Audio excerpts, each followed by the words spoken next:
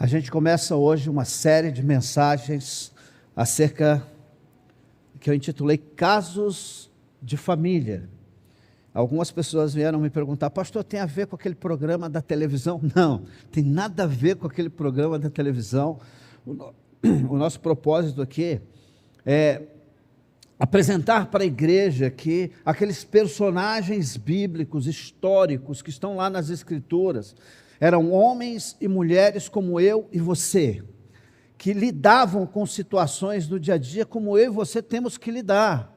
Muitos deles foram muito bem-sucedidos, porque eles foram zelosos em observar a palavra de Deus e corajosos em aplicá-la na sua vida. Outros, apesar de tantas bênçãos, de tantas oportunidades que tiveram, não tiveram o mesmo sucesso que outros. Então a gente começa hoje a olhar para as Escrituras e tentar identificar situações que são semelhantes àquelas que nós temos que lidar no dia a dia. E o nosso propósito é que Deus, na sua soberana graça e misericórdia, possa nos ajudar nesse processo de sermos discípulos do Senhor Jesus Cristo e de fazer da nossa casa, dos nossos filhos, das pessoas ao nosso redor, gente que seja apaixonado por Jesus Cristo e dedicados também ao seu reino. Amém, irmãos? Eu queria então começar a nossa série falando acerca do perigo da preferência com os filhos. Eu destaquei 3 famílias dentre os patriarcas que cometeram um erro grave e por causa disso tiveram consequências em suas vidas e na sua posteridade. Os erros deles não só trouxeram dores de cabeça para eles no seu tempo, como gerações e gerações depois deles tiveram que colher frutos amargos de uma decisão errada que foi tomada. Então eu estou aqui junto com vocês para analisar a vida de 3 famílias: Adão e Eva, Isaac e Rebeca, e Jacó e sua família. É muito interessante a gente olhar para as Escrituras. Eu queria começar com Adão, convidando você a abrir a sua Bíblia em Gênesis capítulo 4. Em Gênesis capítulo 4, nós temos a família primária, a primeira família, sendo apresentado para a gente depois da queda. Nós não estamos olhando para Adão e Eva no paraíso.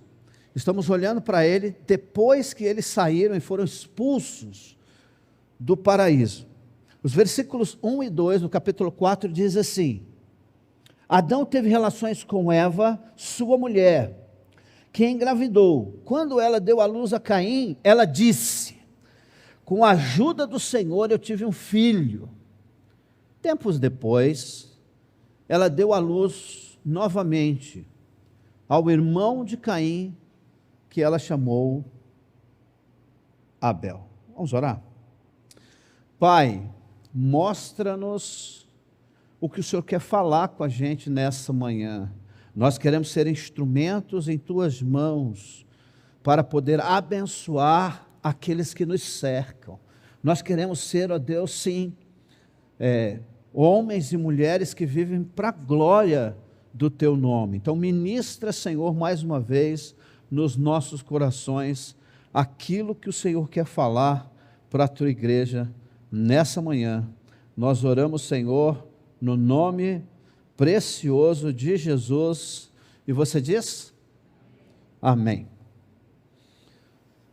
Para um leitor desatento, essa história de Caim e Abel, ela passa sem detalhes importantes que devem ser observados. A primeira coisa que eu penso que nós devemos olhar aqui é o seguinte: tanto Adão quanto Eva, eles estavam norteados por uma promessa.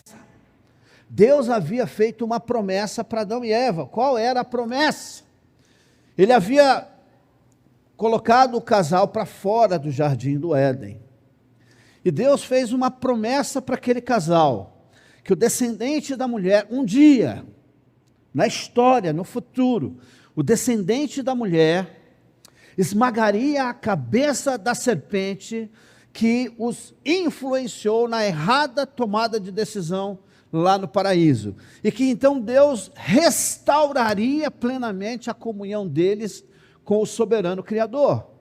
Então, norteado por essa promessa, Adão e Eva fizeram o papel que eles tinham que fazer, de ser fecundo, multiplicar e encher toda a terra. A Bíblia não fala das mulheres. A gente não sabe se Adão e Eva teve filhas antes de Caim e Abel. E não sabemos se eles tiveram filhas entre o nascimento de Caim e Abel. E não sabemos quantas filhas eles tiveram depois do nascimento desses dois rapazes. O que nós sabemos é o seguinte, que quando ela dá à luz ao primeiro filho homem, ela faz uma festa.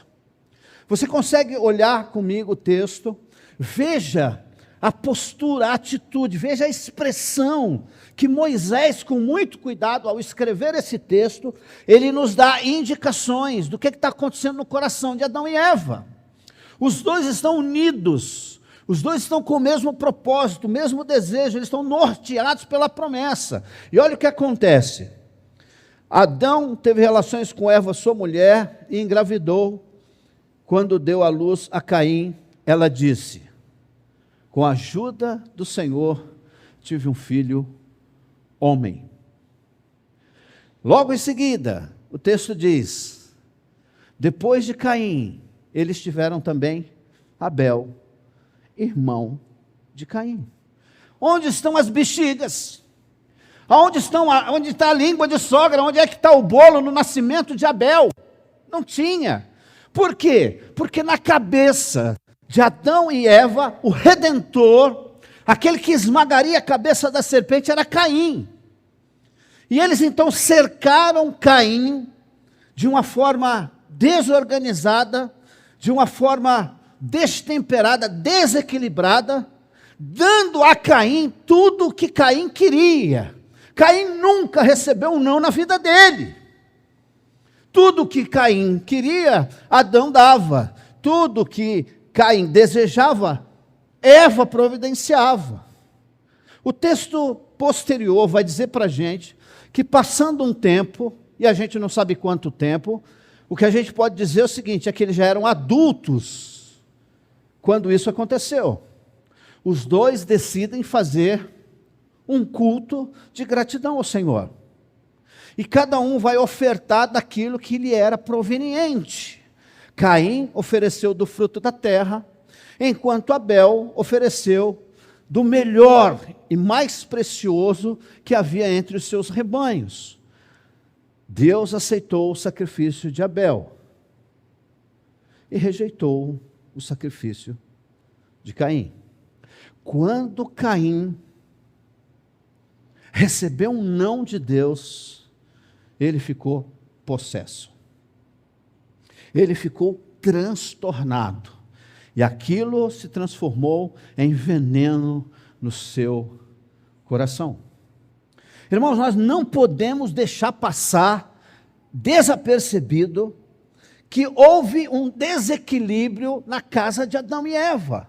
E que os dois, juntos, cometeram um erro gravíssimo. Qual erro? Dentre dois filhos que eles tinham, eles deram preferência a um filho, dando a esse filho tudo o que ele precisava e além do que ele precisava. Irmão, sempre que a gente tomar uma decisão dessa, a gente vai ter dor de cabeça. E nós não vamos contribuir para a formação de um caráter cristão na vida dos nossos filhos.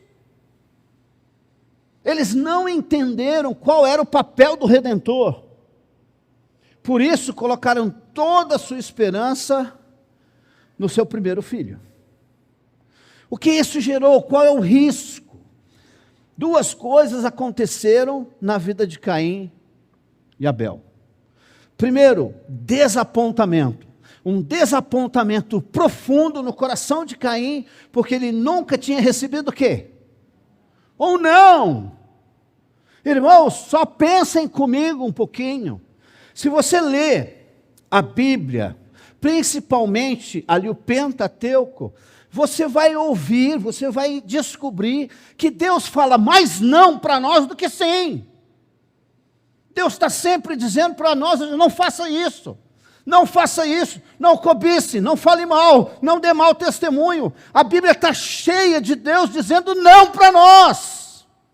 Nós não podemos fazer outra coisa com os nossos filhos quando percebermos que uma erva daninha está crescendo no coração dos nossos filhos. Nós precisamos ser instrumentos de Deus para corrigir, para sanar, para curar a ferida.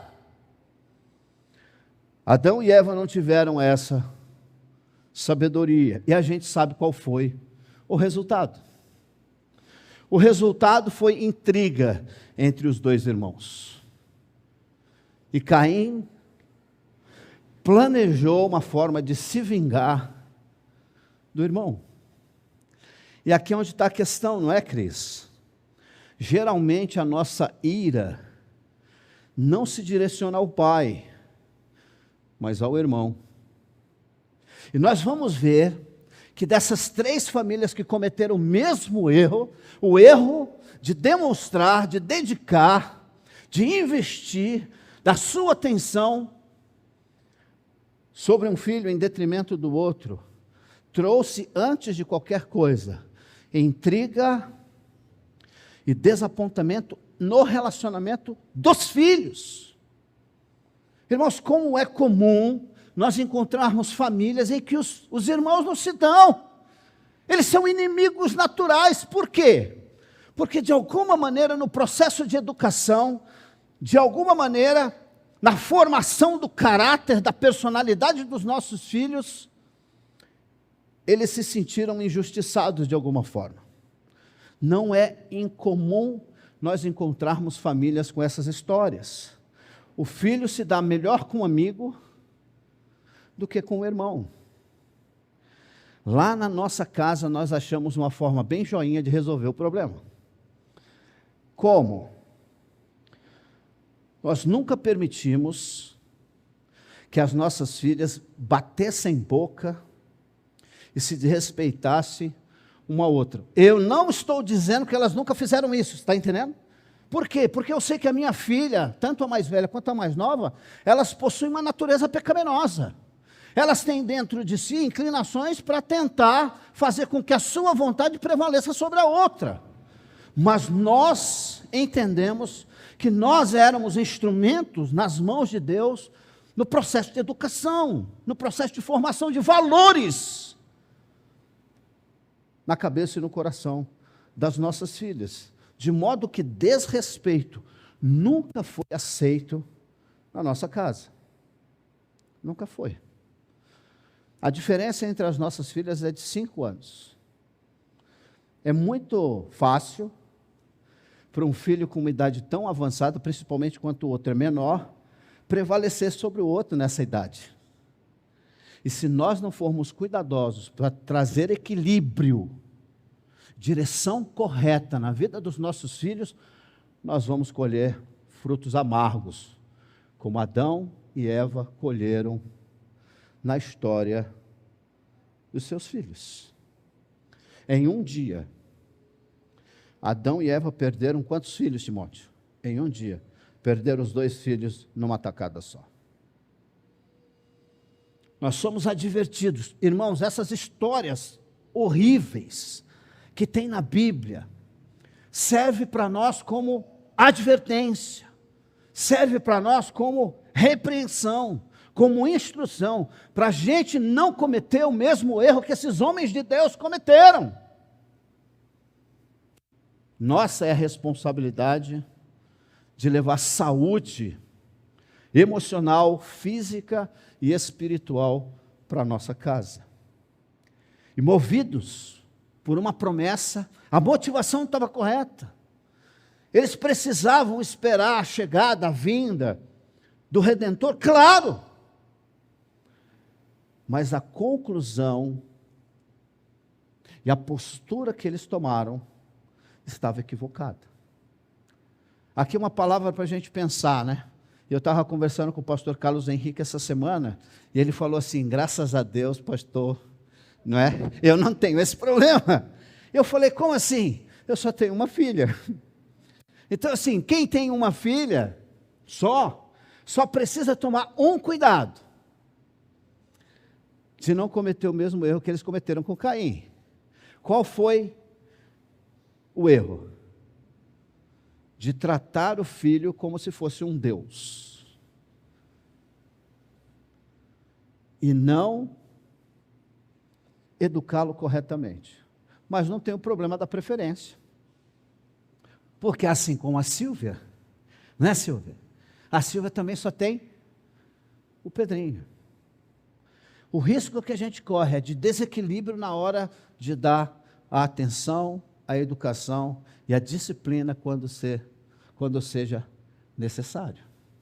A segunda família que a gente vê aqui, está lá no capítulo 25 do livro de Gênesis.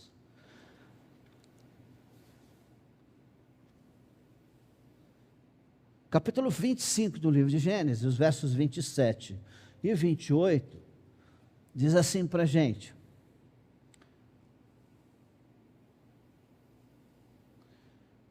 Gênesis 25, 27 e 28. Os meninos cresceram. Esaú se tornou um caçador habilidoso que vivia ao ar livre, enquanto Jacó era mais pacato e preferia ficar em casa. Isaque amava mais Esaú, porque gostava de comer a carne de caça que ele trazia. Olha só o detalhe. Mas Rebeca amava mais a Jacó. Entendeu como é que é? Quando vai falar da preferência que Isaque tinha acerca dos filhos, ele usa praticamente os dois versículos, explicando a motivação, o que estava por trás do coração do pai e da preferência que ele tinha pelo filho. E a preferência da mãe foi quase que um apêndice, quase que um adendo, dizendo que ela preferia o outro. Enquanto que na família de Adão e Eva, os dois estavam juntos, causando desequilíbrio entre os dois filhos, aqui nós temos um lar dividido com relação à preferência do pai e da mãe. E aqui vale a pena a gente entender que esses dois também estavam norteados por uma promessa. Deus havia feito uma aliança com Abraão. E ele renova essa aliança que ele fez com Abraão, com Isaque, o seu filho. Por quê? Porque o Redentor viria dessa família. Todas as famílias da terra seriam abençoadas através dessa família. E Isaque sabia disso. Mas quando Rebeca fica grávida, algo interessante acontece. Ela começa a sentir que dentro dela estava quase para explodir o seu ventre. E ela pergunta para Deus, o que está acontecendo? E Deus diz para ela, você vai ter gêmeos. Interessante, sabe o que é? É que naquela época não havia ultrassonografia. Tá certo? Não tinha como ela saber que era 2. Só através da revelação divina. Ou seja, quando ela ouve Deus dizer, porque ela vai perguntar ao Senhor, Senhor, o que está acontecendo? E Deus vai dizer para ela, dentro de você tem 2 nações, dentro de vocês 2 povos estão sendo formados, mas você precisa saber de uma coisa, o mais velho servirá ao mais novo. Então, saber por que Sara preferia Jacó é fácil. Por quê? Porque ela estava norteada pela promessa e a revelação que Deus havia dado a ela. Mas Isaque? Por que Isaque amava mais Esaú do que a Jacó? Aí você vai dizer assim, porque ele era um guloso, por causa da barriga, e lá vai o pastor de novo falar de comida. Mas irmãos, não é que o texto diz? Aparentemente sim. E eu fui fazer uma pequena pesquisa acerca desse texto e encontrei 3 propostas. A primeira proposta é que Isaque amava mais a Esaú por causa do que nós estamos vendo aqui. Ele caçava, preparava a caça e servia ao pai. E por causa disso, Isaque tinha preferência por Esaú. Agora, o interessante é que na língua original, no hebraico, esse texto, ele tem uma conotação um pouquinho diferente. Quando ele diz assim, no verso 27, o verso 27 diz assim, ok, aqui. Os meninos cresceram e Esaú se tornou um caçador habilidoso, que vivia ao ar livre. A expressão usada ali não é que ele era um caçador com arco e flecha, não. Ele era um caçador porque ele sabia fazer, armar e preparar armadilhas. Que interessante.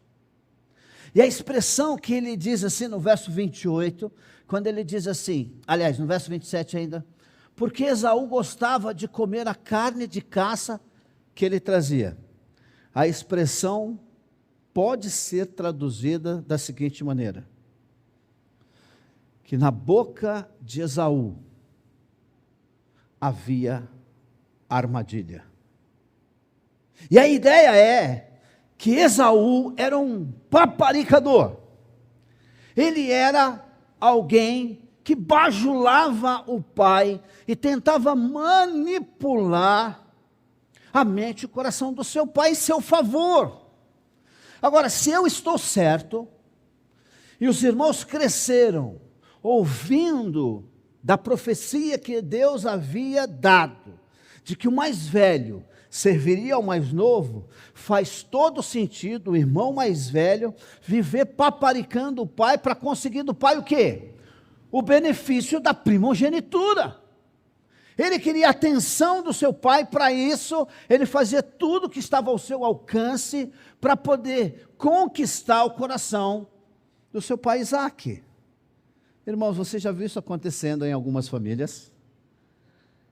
O filho tentando dar um jeitinho para conquistar a atenção e o coração do seu pai, para levar vantagem sobre o outro. Não sei como é que é na sua casa, mas lá em casa é o seguinte, quando as meninas vêm me paparicar, eu já sei, está querendo alguma coisa. Sônia, é assim lá na sua ou não? Quando eles chegam para, mãe, tal, dá um jeitinho, leva um presente, não é? Traz uma torta holandesa e oferece para você. Pensa bem, aquela mousse de chocolate com Nutella, para tentar comprar você e ter você em favor dele. Um dos comentaristas acerca desse texto diz que Esaú era um manipulador.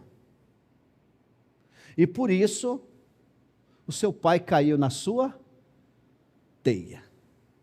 Agora, por que Rebeca não caiu na teia de Esaú? Sabe por quê, pastor Carlos? Da onde Rebeca veio? Ela era tarimbada. Rebeca sabia quando alguém estava ali bajulando para tentar conseguir alguma coisa dela. Afinal de contas, ela é da casa de Labão.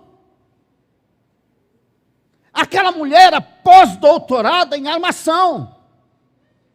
Ela sabia muito bem quando alguém estava fazendo alguma coisa para manipular a situação. E ela estava dirigida e focada na promessa do Senhor. Rebeca tinha jogo de cintura, Isaque não. Como assim, pastor? Irmãos, como é que Isaque foi criado? Ivana, você lembra, Ivana, como é que Isaque foi criado? na tenda do pai. Isaac não dava 3 passos que o pai não estava junto. O pai era super protetor. Então, Isaac estava sempre bem cercado e bem cuidado para não sofrer nenhum risco à integridade física dele. Mas Rebeca não. Rebeca era uma mulher habilidosa. Era uma mulher com uma perspicácia muito grande e uma capacidade imensa de reconhecer uma armadilha.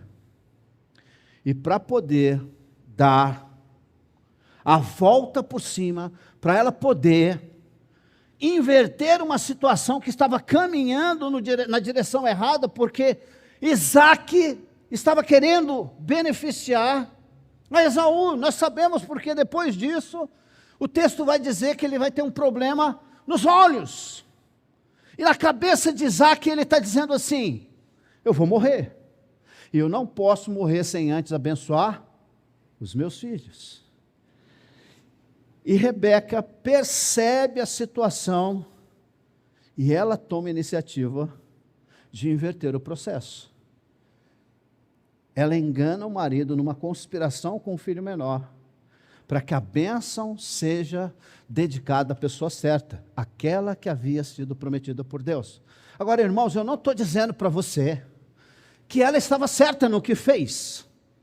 Porque, queridos, se nós acreditamos que o nosso Deus é soberano, se nós acreditamos que o nosso Deus é poderoso, nós precisamos entender que Ele não precisa da nossa ajuda nunca.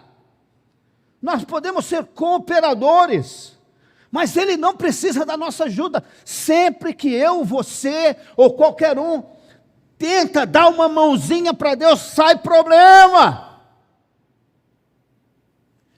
E aqui nós temos um casal dividido na preferência entre 2 filhos. E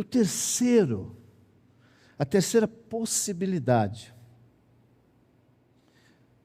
e eu achei muito interessante, foi de um comentarista judeu, que diz o seguinte: não, Isaac não estava sendo enganado, Isaac não estava sendo manipulado pela malícia do coração do seu filho mais velho. Não. Era exatamente o contrário. Isaac sabia das inclinações do coração do seu filho, e que ele era alguém que estava distante do Senhor. Esaú estava distante do Senhor. A gente vai descobrir isso pelas atitudes que ele tem. Se a gente continuar lendo a história desses 2 irmãos, nós vamos ver que ele se torna rebelde, ele casa com a mulher da terra ali, pagã ao redor. Se não fosse suficiente uma mulher, ele casa com 2, para contrariar os seus pais. Mas o problema dele não era com o pai, o problema era com Deus.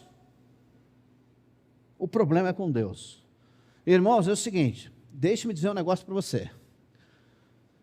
É impossível o seu filho se desviar do Senhor e ele não apresentar traços disso.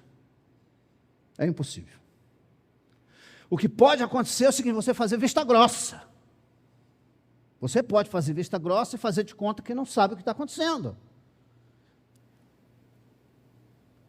Segundo o comentarista desse rabino, a intenção de Isaac era justamente dar maior atenção para Esaú, porque era o que precisava de maior cuidado.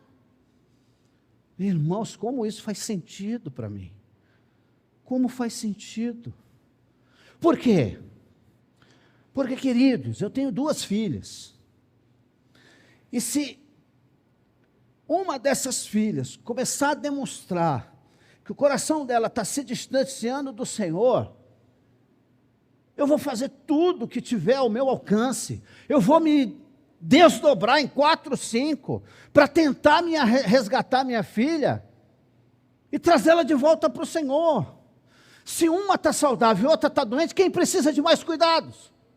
Quem está doente. Então, segundo esse comentarista judeu, Isaac percebeu que o coração do seu filho Esaú estava se distanciando de Deus. E para evitar que ele se perdesse totalmente, ele dedicou toda a sua atenção, todo o seu cuidado, todos os recursos que ele tinha para trazer o seu filho de volta. Isso faz sentido para você? Sim ou não? O que você faria se isso acontecesse na sua casa?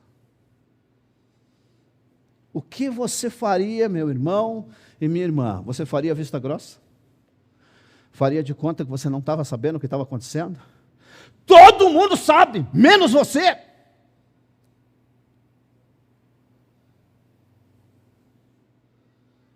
Ou você afastaria-se de tudo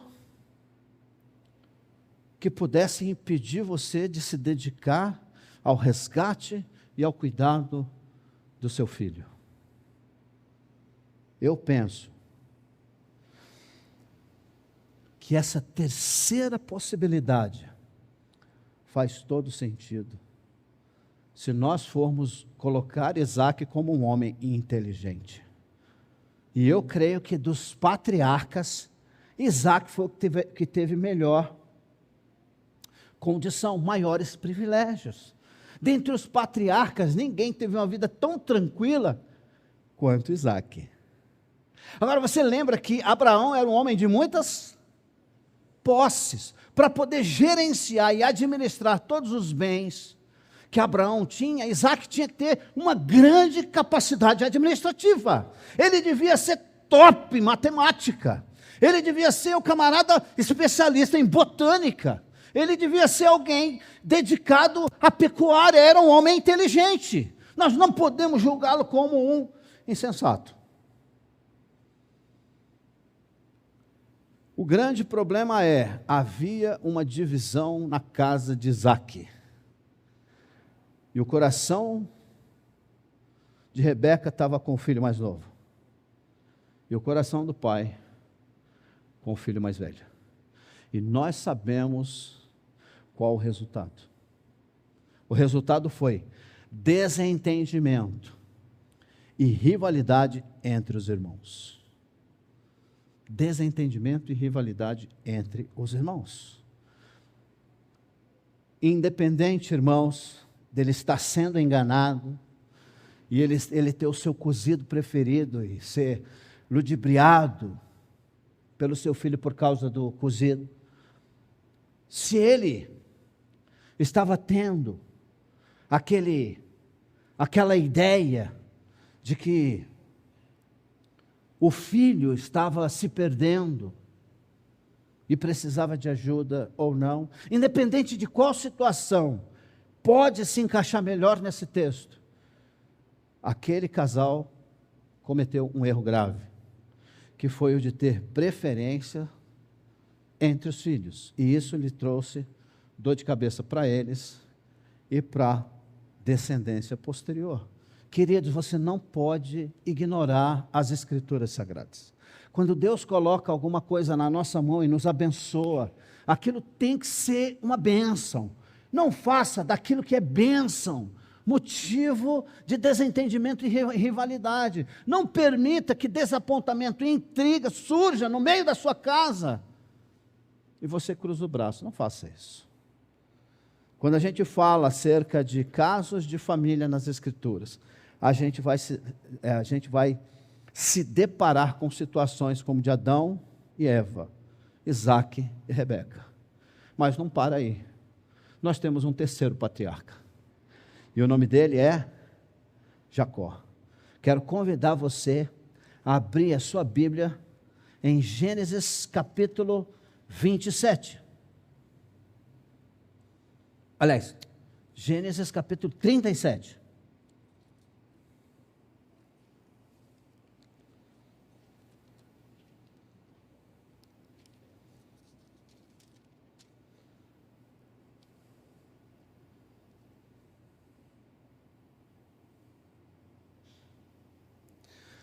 Olha os versículos 1 e 2, que coisa interessante. Ele diz assim: Jacó passou a morar na terra de Canaã, onde o seu pai tinha vivido como estrangeiro. Este é o relato de Jacó e a sua família. Quando José tinha 17 anos, cuidava dos rebanhos do seu pai, trabalhava com seus meios irmãos, os filhos de Bila e Zilpa, mulheres de seu pai, e contava, olha só que coisa interessante, para o seu pai coisas erradas que os seus irmãos faziam. Verso 3, Jacó amava José mais do que qualquer outro dos seus filhos, porque José havia nascido quando Jacó era idoso. Quem conhece a história de Jacó sabe que quando Jacó estava fugindo do seu irmão Esaú, ele vai lá para a casa de Labão, não é isso? E lá ele é enganado. O coração dele se apaixona por uma das filhas daquele homem. E ele decide trabalhar 7 anos para ter a mão dela. 7 anos é muito tempo. Eu lembro que quando eu cheguei na casa da minha sogra e falei, olha, eu estou interessado na sua filha, na hora a minha sogra veio com a folhinha para marcar a data. Eu falei, rapaz, é ligeiro mesmo. Jacó trabalhou 7 anos de graça por causa de Raquel. E quando chega na hora do casamento, eu não sei como isso aconteceu, mas quando chega na hora do casamento, eles trocam as mulheres. E ele foi enganado. Mas o coração dele estava com Raquel, e ele trabalha mais 7 anos por causa dela. Mas Raquel tinha problema e ela não engravidava, de modo que Jacó teve vários filhos, com a sua primeira esposa e com as concubinas. Mas com Raquel, José foi o primeiro. E quando José nasce, Jacó faz uma festa. E ele deixa claro para toda a sua casa que o filho preferido dele era José. Irmãos, nós vamos descobrir que a história de José é uma história horrorosa. É uma história de uma família disfuncional. É um dos filhos que deita com a concubina do pai, os outros filhos que são assassinos, todos os outros estão à frente da cabeça de José. A coisa foi terrível. Por quê? Porque Jacó demonstrou para toda a sua casa que o filho preferido que ele tinha era José. Enquanto os outros faziam trabalhos braçais, José fazia trabalho administrativo. Já pensou, pastor Carlos? Todos os outros trabalhavam com manga curta, para carregar a ovelha, para andar no deserto. José andava com uma estola de manga larga, colorida. De longe ele era avistado. E quando os irmãos o viam de longe, os dentes rangiam de raiva, de ira e de indignação com relação ao seu filho. O terceiro perigo que eu queria advertir os irmãos, isso serve para mim também, para toda a igreja, é que a preferência, quando nós damos preferência a um dos nossos filhos, em detrimento dos outros, disputas, invejas brotam do coração de todos eles. Pensar em casos de família é pensar que Deus teve misericórdia dos patriarcas, assim como Ele tem misericórdia de mim e de você. Olhando para essas histórias e tudo que Deus fez ao decorrer, né, dos momentos históricos da raça humana, eu queria dividir com vocês 3 lições para você sair daqui não preocupado, não pesaroso com relação à sua casa, mas esperançoso do que Deus pode fazer na minha vida e na sua. Ele pode corrigir os nossos erros, irmãos.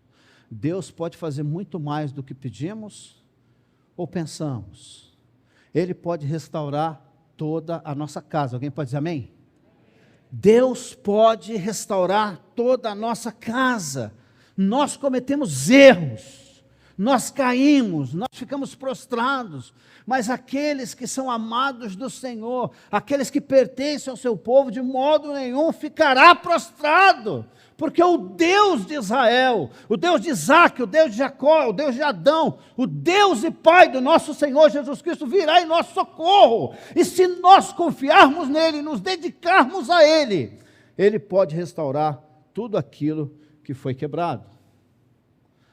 Eu tenho 3 lições para você aqui. Primeiro, o Redentor tinha um nome. A impressão que eu tenho é que o nome já era conhecido dos seres angelicais antes mesmo da encarnação de Cristo. Por que eu estou dizendo isso? Quando Jesus chega na região de Genezaré, você lembra aquela situação de que o demônio veio, se prostrou diante dele e falou com ele? O demônio falou, e ele disse assim: o que queres conosco, Jesus, Filho de Deus? Vieste nos atormentar antes do tempo. O que isso significa? Que os seres angelicais conheciam Jesus antes da encarnação. E o nome dele era conhecido nas regiões celestiais também. De modo que ele era o filho legítimo. Mas Deus decidiu nos adotar como seus filhos e nos enxertar na sua própria família. Alguém pode dizer amém? A minha família, irmão, é totalmente disfuncional. Se eu for contar a história da minha vida para você, você vai sair daqui chorando. Só não vai sair chorando, porque ela ainda não terminou. A história da minha vida ainda continua. E agora, rodeada de graça, misericórdia, amor e perdão de Deus que tem sido derramado sobre a minha vida e sobre a sua. Ele é o filho legítimo, unigênito do Pai. Mas Deus decidiu colocar você como parte da família dele. E isso é simplesmente maravilhoso. Por mais disfuncional que a sua família seja, por mais triste que seja a sua história, ela ainda não acabou. E Deus deseja reescrever o final. Porque na sua mente, no seu coração, muitas vezes você diria assim: diante de tudo que eu estou vendo, não existe condições para essa pessoa. Deus não diz isso. Por meio do seu Filho Jesus Cristo, herdeiro legítimo, nós somos feitos também filhos de Deus, nascidos no coração do Pai. Segunda lição: Cristo tem todos os direitos originais, a herança é dele. A herança é dele, mas o legado é nosso. Amém, irmãos? A herança é de Cristo, mas o legado é nosso. Você sabe a diferença entre herança e legado? Temos advogados aqui? Temos ali. Qual é a diferença entre herança e legado? Herança tem a ver com tudo que pertence ao pai, que é transmitido para o filho. E o legado? Legado tem a ver com situações específicas. Por que isso é importante para nós? Porque Jesus vai ser sempre o Senhor. Ele vai ser sempre o alfa e o ômega, o início e o fim de todas as coisas. Todas as coisas foram criadas e sustentadas por Ele e vai continuar sendo. Mas nós vamos ter parte da herança. Isso se chama um legado. Um legado deixado para mim, para você, por meio de Jesus Cristo, o nosso Senhor. E a terceira e última coisa é: não importa se o seu pai é reto ou é torto, a melhor referência que você tem não é o seu pai, porque o seu pai pode cometer erros, falhas, ele pode ser injusto com você, mas não o nosso Deus. O nosso Deus é a melhor referência como pai. Ele é aquele pai que ama tanto o seu filho, que é capaz de mudar todas as coisas, Ele é capaz de inverter a rotação da terra, Ele é capaz de fazer o sol parar. Deus é capaz de fazer muito mais do que você jamais pode imaginar para abençoar a sua vida. E Cristo é a nossa melhor referência como filho. Você quer ser um bom filho? Seja como Jesus de Nazaré. E Deus vai abençoar ricamente a sua vida. Ele é o irmão mais velho, que todo irmão mais novo gostaria de ter como referência. Que a graça de Deus, o amor maravilhoso do Pai, que as ricas e preciosas consolações do Espírito Santo e que a bondade do Senhor Jesus Cristo acompanhe você e ajude a você a corrigir decisões erradas e restaurar coisas que foram quebradas ao longo da história da sua vida. Aqueles que estão em Cristo são novas criaturas. As coisas velhas passaram e eis que todas se fizeram novas. Alguém pode dizer amém? Vamos ficar em pé e louvar esse Deus que não desistiu nem de mim e nem de você. O que Ele tem preparado para nós, mente humana jamais pôde imaginar, e tem muito mais esperando por mim e por você. Minha casa será uma casa de bênçãos. Minha casa será um pedaço do